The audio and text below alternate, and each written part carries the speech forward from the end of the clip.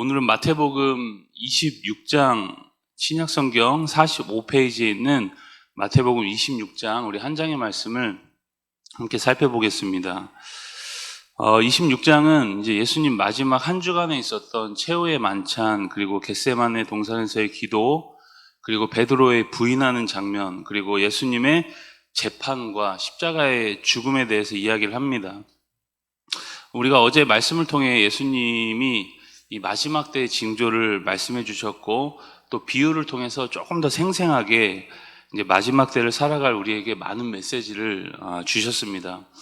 이렇게 모든 말씀을 마치시고 본격적으로 예수님의 십자가 고난에 대해 이야기하십니다.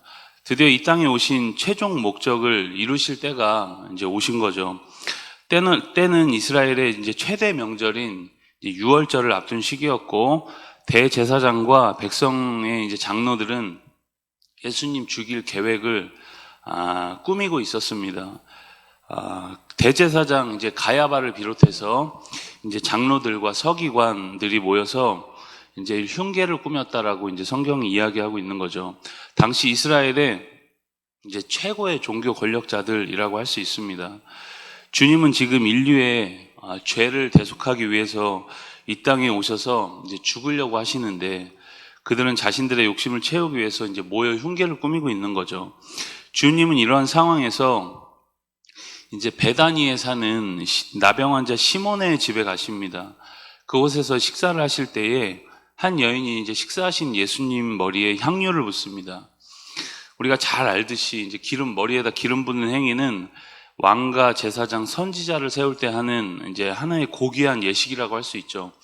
그녀는 이렇게 자신이 가진 최고의 것으로 예수님을 높여드리고 있는 겁니다.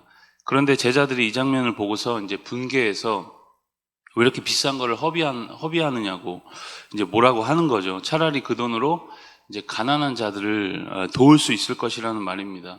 듣기에 따라서 굉장히 정의롭고 또 괜찮아 보이는 말이지만, 사실 그들 마음은 다른 데 있었습니다. 요한복음에서는 이 말을 한 사람이 이제 가룟 유다라고 지칭을 하고 있죠. 그의 마음은 다른 데 있었습니다. 예수님은 그들의 마음을 다 아시고 그들을 꾸짖습니다. 그리고 오히려 이 여인을 칭찬하고 있는 거죠. 이 여인의 행위로 인해서 결과적으로 보면 예수님 장례를 준비하게 되었다라고 말씀합니다. 이제 왕과 선지자, 제사장을 세울 때만 이렇게 기름을 붓는 것이 아니라 장례할 때 이제 죽은 자에게 향유를 붓는 것도 이제 당시에 관례였던 겁니다.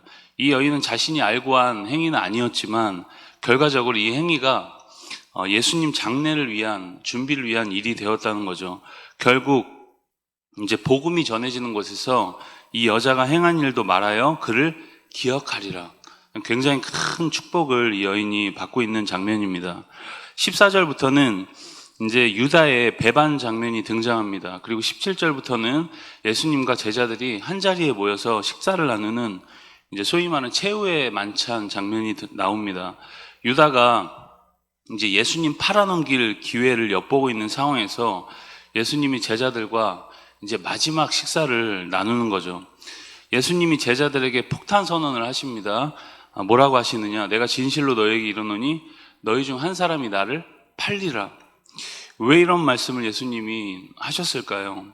이때라도 아마 유다가 자신의 죄를 고백하고 돌아오기를 원하셨을 겁니다. 하지만 유다는 이미 이제 사단에게 놀아나고 있었기 때문에 회개하지 않습니다. 제자들은 각자 이제 말하죠. 예수님께 나는 아니죠. 이렇게 반문을 하는 겁니다. 이 제자들의 반문에 예수님이 23절에 나와 함께 이제 그릇에 손을 넣는 자가 나를 팔리라, 그렇게 말씀합니다. 그때까지도 이제 누가 배신할 것인지는 이제 구체적으로 확실하게 말씀하지는 않으시죠. 이때 유다가 이렇게 말합니다. 랍비여, 나는 아니죠. 그때 예수님이 말씀하시죠. 네가 말하였도다. 그런데 여기서 이제 특이한 점이 있죠. 이제 다른 제자들은 예수님을 주여라고 부르는데 유다만 예수님을 랍비라고 이렇게 부릅니다. 랍비는 이제 권위 있는 선생을 부를 때 쓰는 당시의 호칭입니다. 예수님을 그렇게 오래 따라다녔으면서도 이제 영의 눈이 열리지 않아서 그를 선지자나 이제 선생 정도로만 유다가 생각을 하고 있는 거죠. 지금 그의 영적 상태를 그의 고백 속에서 볼 수 있는 겁니다. 예수님을 주로 모신 사람은 절대 예수님을 선생 정도로 생각할 수는 없습니다. 어쨌든 이런 상황에서 예수님은 축사하시고 그들에게 포도주와 빵을 나눠 주십니다. 후에 찬미하고 감람산으로 이제 나아갑니다. 31절부터는 예수님을 부인하는 이 베드로의 모습을 볼 수 있습니다. 베드로는 다른 제자들이 예수님을 다 버릴지라도 나는 버리지 않겠다고 호언장담을 합니다. 그러나 예수님 베드로에게 말씀하시죠. 오늘 밤 닭울기 전에 네가 나를 3번 부인하리라. 여러분, 이렇게 우리가 잘 알듯이 베드로와 모든 제자들이 예수님 끌려가실 때 모두 다 배반하고 다 도망갑니다. 여러분, 우리가 신앙생활 하다 보면 넘치는 담대함과 자신감, 또 신앙적 자부심 필요하죠. 그러나 우리는 여전히 이 연약한 존재라는 것도 항상 기억을 해야 합니다. 오늘은 나의 모든 것을 다 드릴 것 같은 영적 패기가 넘쳐나도 하룻밤만 자고 나면 언제 그랬냐는지 주님 없이 살아가기도 하는 것이 우리의 모습이라는 거죠. 그렇기 때문에 우리가 영적 자신감이 넘칠 때 조심해야 합니다. 넘쳐서 막 함부로 말하고 행동하는 것이 아니라 자기 자신을 현실 속에서 이제 돌아볼 줄 아는 지혜도 필요하겠죠. 여러분, 예수님 없이는 우리가 참으로 연약한 존재라는 인식을 가지고 겸손하게 살아갈 때 오히려 담대하고 더욱더 힘있게 살아갈 수 있는 것입니다. 오늘 우리가 겸손하게 우리의 연약함을 인정하고 그 안에서 공급해 주신 하나님의 힘으로 살아가는 오늘 다 될 수 있길 바랍니다. 이어서 36절부터 46절까지는 예수님의 겟세마네 기도의 모습입니다. 이곳에서 예수님은 이제 땀방울이 핏방울이 되도록 처절하게 기도하시죠. 예수님에게 있어서 십자가는 이제 피할 수만 있다면 피하고 싶은 가장 두려운 죽음의 잔이었습니다. 그러나 예수님이 이 죽음의 잔을 받지 않으면 온 인류의 구원이 불가능했기 때문에 순종하는 기도의 모습을 보여주고 계시죠.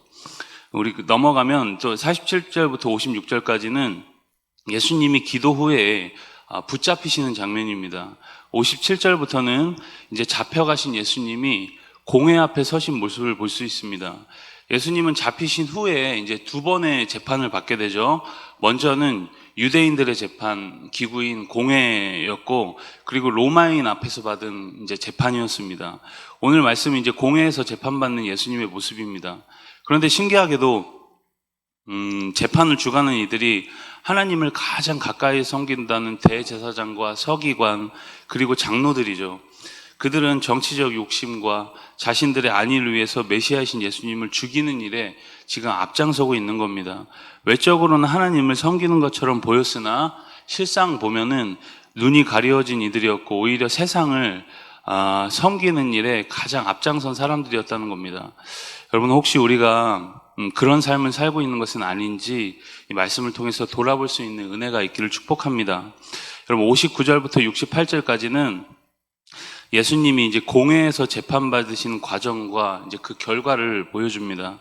결국 이제 침묵으로 일관하시던 예수님이 이제 십자가형을 받게 되죠. 구약 메시아 예언이 모두 예수님을 통해 드러나고 이루어지고 있는 순간들이었습니다. 마지막 69절에서 75절까지는 예수님을 배신하는 베드로의 결말을 보여줍니다. 베드로는 여종 앞에서 예수님을 부인하고 사람들 앞에서 예수님을 저주합니다. 예수님을 저주, 맹세, 부인했던 거죠. 예수님의 말씀처럼 닭 울기 전에 네가 나를 3번 부인하리라 라는 말씀이 그대로 되었습니다. 베드로는 이 예수님의 말씀이 생각나서 밖으로 나아가 심히 통곡을 하죠. 어찌 보면 일생일대의 진정한 회개가 베드로 안에서 지금 일어나고 있는 겁니다. 그런데 이러한 회개로 후에 베드로는 진짜 신앙인이 되죠. 비록 수치스럽고 참담했지만 회개를 통해서 진정한 주님의 제자가 되어가고 있는 겁니다. 예수님이 이러한 것들을 베드로 삶에 다 계획을 하신 거죠. 오늘날 여러분, 교회 안에 회개가 많이 사라지고 결코 예수님을 부인하지 않겠다는 이제 인간적 자신감만 넘쳐나는 시대가 아닌지 우리가 한번 이 말씀을 통해 돌아볼 수 있길 바랍니다. 이러한 자신감은 오히려 우리를 율법주의자가 되게 하고 저마다 정의를 부르짖지만 진정한 정의를 찾아볼 수는 없게 되는 거죠. 저는 이것이 오늘날 이것의 이 교회의 참된 어려움이다라고 생각을 합니다. 회개하며 자신이 죄인이라고 생각하는 사람이 오히려 회개에 합당한 삶을 살아냅니다. 오늘 우리가 베드로처럼 나아가 심히 통곡하며 말씀 앞에 엎드리는 삶이 다 될 수 있길 축복합니다.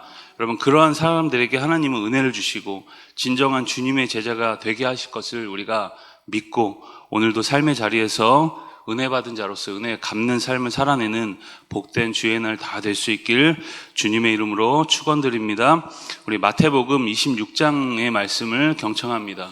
주의 말씀은 내 발의 등이요 내 길의 빛이니이다. 아멘.